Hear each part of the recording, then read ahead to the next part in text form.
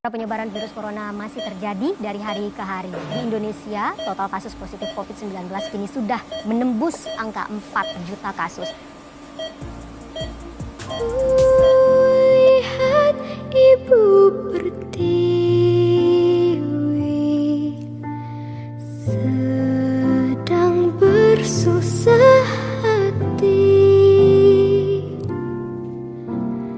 Air matamu berlinang,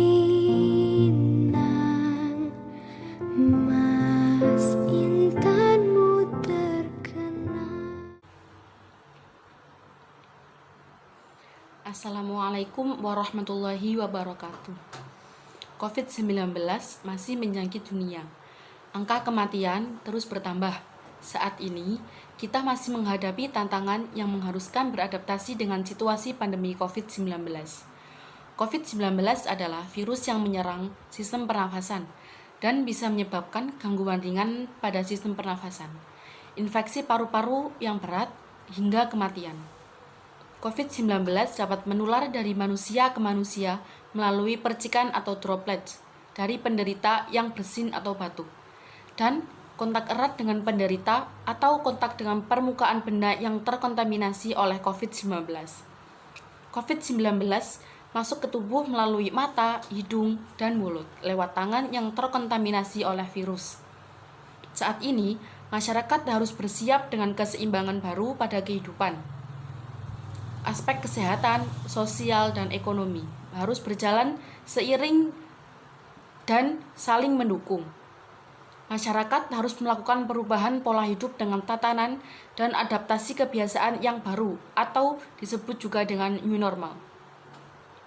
Agar dapat hidup produktif dan terhindar dari penularan COVID-19, kedisiplinan dalam menerapkan prinsip pola hidup yang lebih bersih dan sehat merupakan kunci dalam menekan penularan COVID-19 pada masyarakat. COVID-19 dapat segera berakhir. Ikhtiar yang diambil oleh pemerintah adalah melalui pelaksanaan vaksinasi.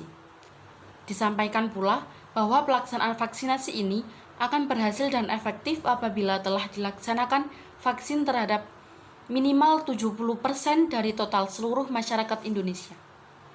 Oleh karena itu, pemerintah mengajak seluruh lapisan masyarakat Indonesia untuk bersama-sama mensukseskan pelaksanaan vaksinasi ini, sehingga setiap tahapan-tahapan dalam pelaksanaannya dapat berjalan dengan lancar dan aman.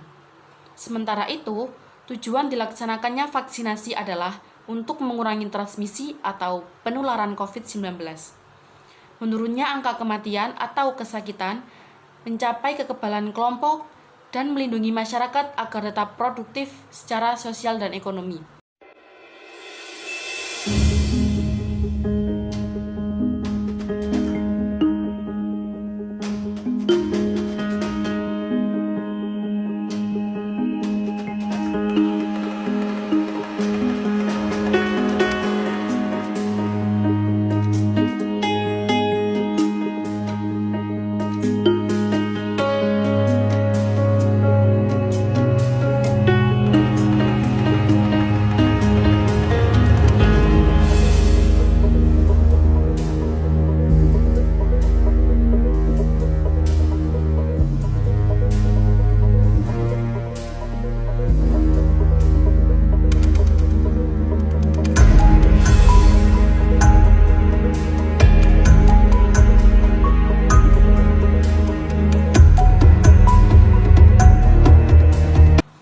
Selain pelaksanaan vaksinasi, adapun upaya yang dapat kita lakukan adalah dengan menerapkan 5M.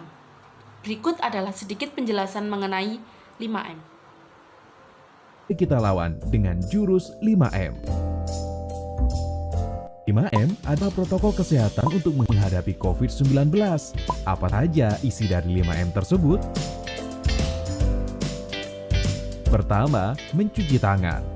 Cucilah tangan setidaknya selama 20 detik dengan menggunakan sabun dan air mengalir, terutama saat sebelum memasak atau makan, setelah menggunakan kamar mandi, setelah menutup hidung saat batuk atau bersin. Yang pertama yaitu mencuci tangan. Rutin mencuci tangan hingga bersih adalah salah satu protokol yang cukup efektif untuk mencegah penularan virus corona.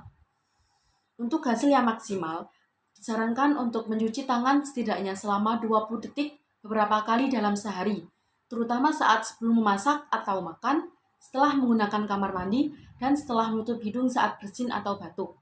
Untuk membunuh virus dan kuman-kuman lainnya, gunakan sabun dan air bersih, atau kalian bisa juga menggunakan dengan hand sanitizer. 2. Memakai masker. Sebelum memasang masker, cuci tangan pakai sabun dan air mengalir, atau bila tidak tersedia, gunakan hand sanitizer.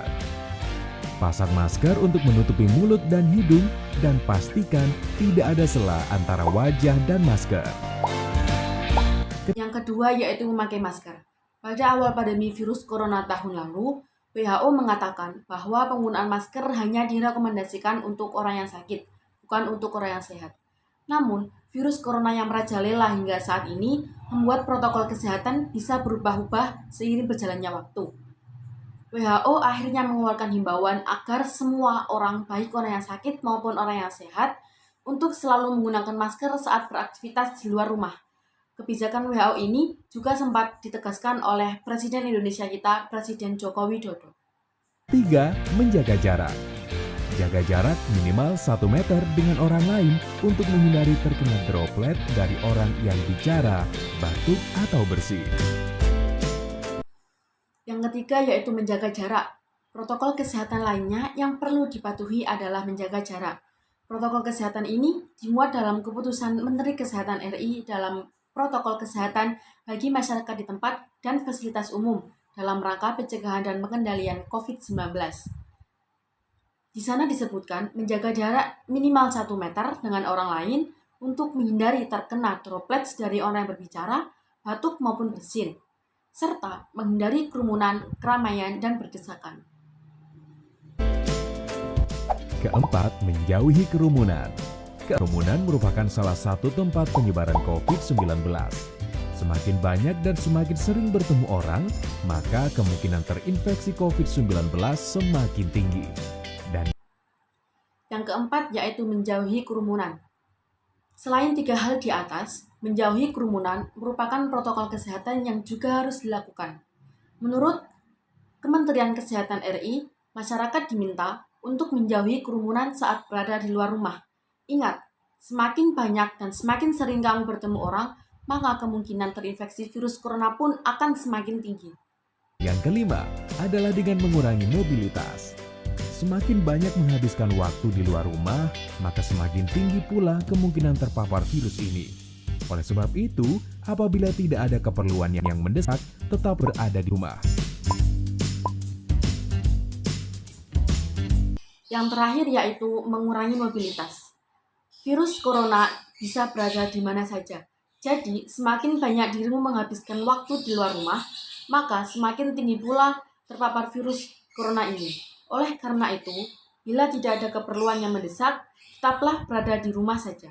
Menurut Kemenkes, meski sehat atau tidak ada gejala apapun, belum tentu kamu bisa pulang ke rumah dalam keadaan yang sama. Pasalnya, virus corona dapat menyebar dan menginfeksi seseorang dengan cepat. Yuk, terapkan protokol kesehatan 5M untuk mencegah penularan dan penyebaran virus corona di Indonesia.